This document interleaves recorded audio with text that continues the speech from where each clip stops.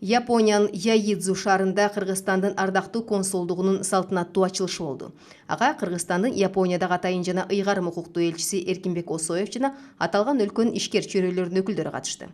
Салтанаттын жүрүшүндө элчи Эркинбек Осоев консулдуктун эки өлкө ортосунда дипломатиялык байланыштарды чыңдоо, экономикалык, маданий-гуманитардык кызматташтыкты кеңейтүү, ошондой эле ТЮП аймагында жашаган мекендештерге ар тараптуу колдоо көрсөтүү үчүн жасаган иштердин өзгөчө маанисин белгиледи.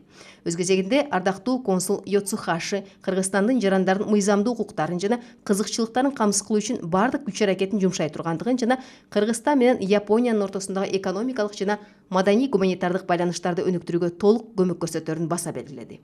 Иш чаранын алкагында элчи менен ардактуу консул Йоцухаши Яидзу шаарынын мэри Хиромичи Накана менен жолугушту.